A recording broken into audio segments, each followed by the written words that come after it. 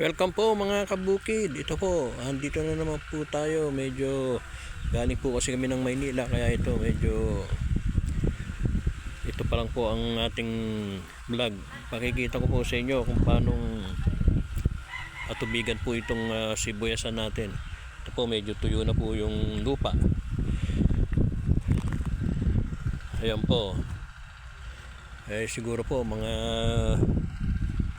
bukas makalawa makikita na po natin yung mga maliliit na tumutubo po. Ayan po, medyo hinarangan po namin ng isnet kung tawagin dito, kasi po yung mga manok, mga alagang manok, tsaka yung mga bibi, pato, itik,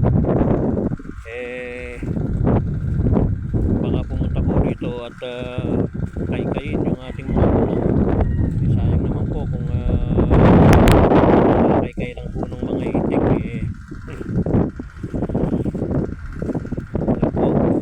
pinatutubigan na po.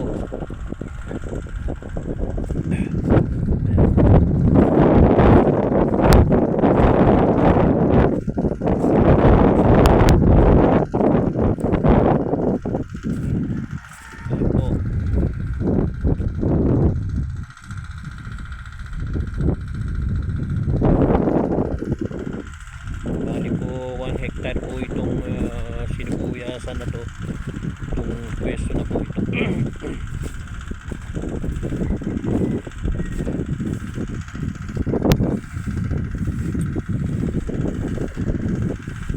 po mga kapugin, makikita paano po patubigan to. Parang flat na po para po yung tubig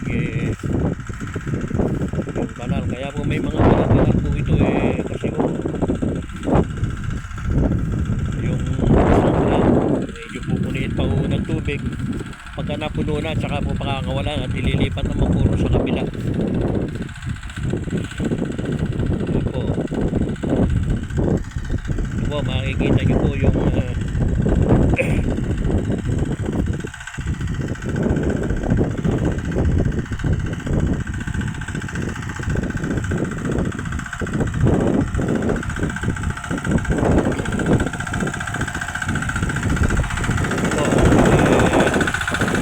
bago po itong makina po na binili natin, para po kasi po mayroon pong makina luma na po, kaya po ito mabibigay po yung ating makina ngayon.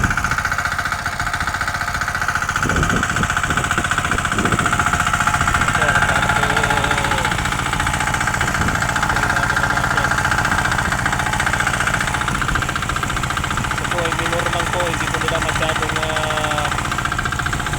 baka po mapuwersa yung ating makina, kaya po yung tubig po, yung kanal pinupuno po nila yung kanal hanggang doon sa mga plat na, tsaka po magbubukas po sila dyan para po dumaloy doon sa ano, at maganda po magiging daloy ng patubig po, para po pantay po nila yung makita nila na talaga pong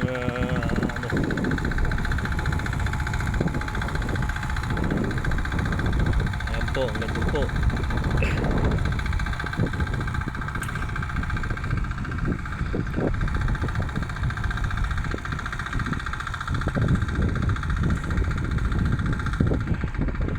Yan po, hindi pa po pagka po napuno yung tubig doon, aakyat po yung tubig. Ayun po yung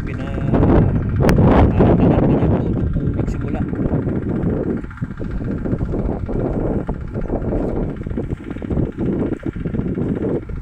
Kasi uunahin nila hanggang dito, paabutin yung hanggang pababa na po ang tubig, kasi yung mismong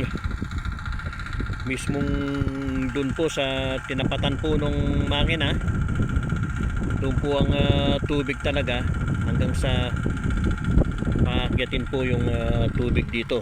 Ayan po, yan, sa mga kanal na yan, at magbubukas na lang po sila rito ng kagaya po nito. Ayan, makita nyo po, ayan doon mag-open na po ron.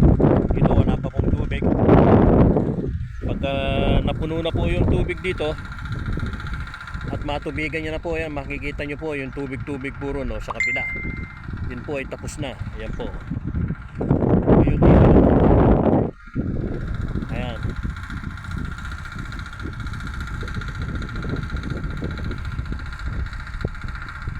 Yun po yung gitna. Yung sa kabila po siguro po sa susunod na vlog ko na lang po ito, tanghalin tapat na po dito, mag-aalas 3 na po.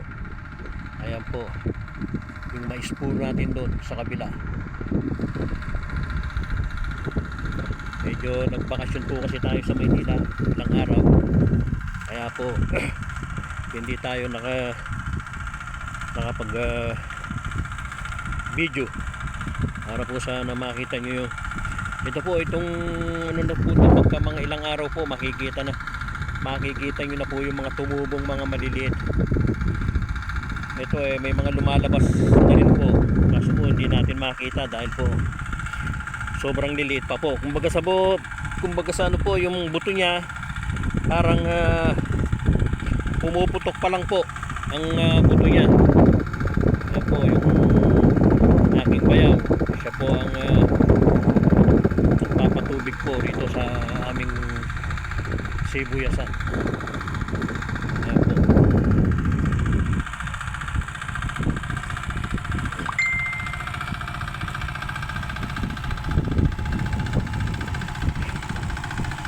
Yan po yung daloy ng tubig. Yan po, makikita nyo.